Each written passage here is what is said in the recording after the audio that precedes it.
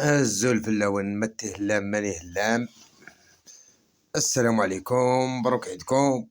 اليوم سوف أتحدث عن موضوع منشور وجدته في إحدى مجموعات الفيسبوك، حيث يقول صاحب المنشور: ما هو سبب وجود ذكور وملكات عذراوات ميتة في الأرض أمام مدخل الخلية، والنحل يقوم بقتل الذكور؟ ويعطي لنا وصف الخلية. يقول الخلية على 5 إطارات.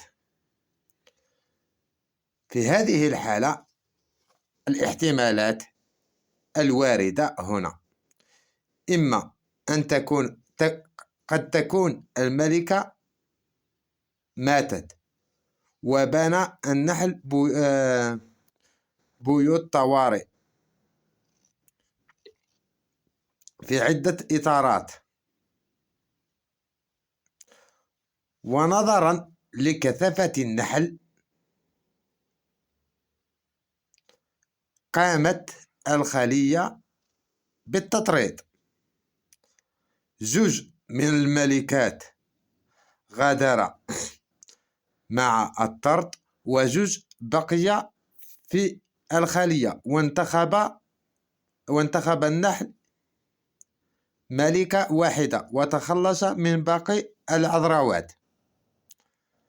الاحتمال الثاني: يمكن لصاحب هذه الإشكالية أن يكون قد أضاف إطار شمع أساس وسط الخلية، ويكون شمع الأساس ليس مستوي،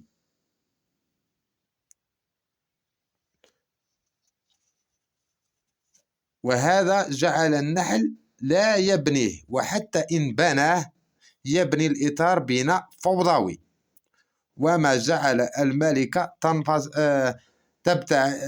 تبتعد عن النصف الآخر من الخلية. يعني انقسمت الخلية، يعني حدث في الخلية تيتيم جزئي.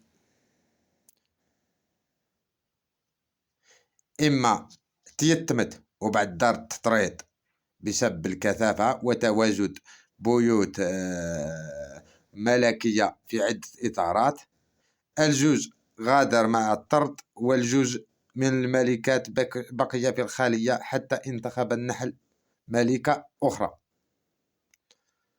والإشكال الثاني كما قلت، يعني إضافة إطار غير مستوي، يعني شمع أساس، ورقة شمع أساس غير مستوية في الترقيب تاعها داخل الإطار.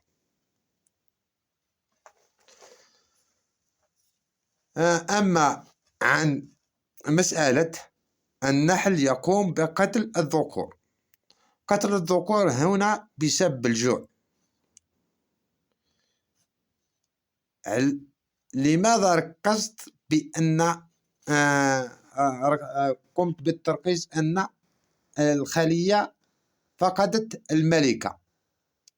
لأن نسبة السروح تقل في الخلايا الميتمة بعد غلق كامل الحضانة،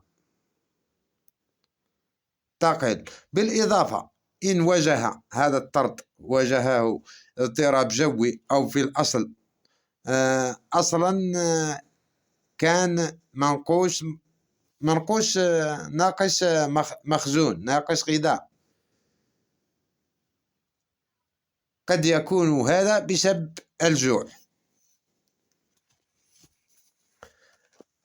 أما المشكلة الثانية، يقول: هل تخرج ملكة واحدة مع الطرد أم عدة ملكات؟ والطرد الذي ينقسم إلى قسمين هل يمكن أن يكون مع القسمة، يعني قصد القسمة الثانية من الطرد، يعني الطرد ينقسم، هل تكون ملكة أخرى تخرج مع الطرد حسب أحيانا ملكة واحدة في حالة إن كان الجو ملائم، يعني خروج الملكة قبل خروج العذراوات. وإن تأخرت الملكة عن موعد خروجها بسبب الظروف الجوية فإن الملكة تخرج معها عدة عذراوات.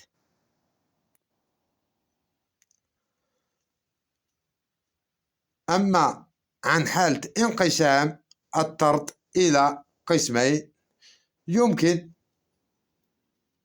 أن يكون السبب هو وجود ملكتين أو عدة ملكات في نفس الطرد، أو بسبب تأخر الطرد الأول من الخروج. أصلا النحل كان منقسم داخل الخلية، يعني الظروف الجوية هي التي فرضت على الأم الخروج متأخرة مع العذراوات. أرجو أن تكون الإجابة مفيدة ومقنعة، أو أن